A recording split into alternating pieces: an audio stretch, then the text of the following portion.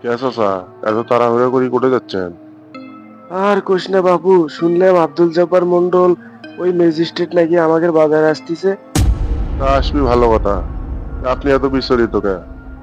আর বলিস না ভাইস্তা, সেই জন্য তো আমার এত টেনশন, তাই তাড়াতাড়ি দোকানে যাচ্ছি। কে তোমার এত টেনশন হবি কে? তুমি কি 2 নম্বরি মালের ব্যবসা করো নাকি? বাপুরে, ব্যবসা করতে গেলে টুকটাক একটু 2 নম্বরই করাই লাগে, বুঝছো?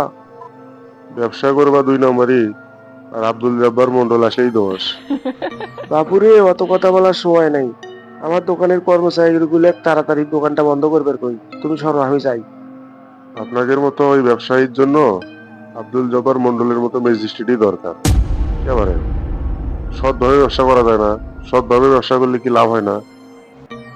তোমার নীতি কথা ছাড়ো তো বাবু, সরো, আমি যাই। আপনার ঘরের মতো ব্যবসায়ীরা ওই ম্যাজিস্ট্রেটকে যত ভয় পাচ্ছেন, আপনারা তো মনে হয় আজরাইলকেও অত ভয় পাবেন না। কে বাপু, তুমি না এ শহরের সবচেয়ে বড় স্থান, রক্কাটা বিল্লা, তুমি কি একটু ওই ম্যাজিস্ট্রেটকে হুমকি দামকি দিয়ে বিদায় করতে পারবে? হ্যাঁ, ওই ম্যাজিস্ট্রেটও হুমকি দিয়ে মামলা খামো আমি, তাই লয়? বাপুরে, ওই ম্যাজিস্ট্রেটের চাকরিটা খাওয়া যায় না। খাওয়া যাবি না কে? শেফালি টমেটো সস দিয়ে খাবেন। দূরও বাপু, মজা কইরো না। চাকরিটা খাওয়া যাবি নাকি সেই কথা কও। আসামি লীগ সরকার থাকলে তাও চেষ্টা করি দেখা যেত চাচা।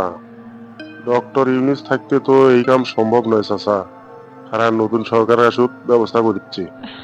বাজার সিন্ডিকেট করি, কতগুলা টাকার সম্পদ করছি, কোটি কোটি টাকার সম্পদ, তাক বুঝিয়ে থাকে না বাপু। মামলা খায়া বুঝি এবার জেল খাটা লাগে। আব্দুল জব্বার মন্ডল, নামটা শুনলেই কেমন জানি গায়ে জ্বর আসে। আপনাদের মতো ব্যবসায়ীদের জন্য প্রতিটি জেলায় জেলায় ওই রকম আব্দুল জব্বার মন্ডল দরকার।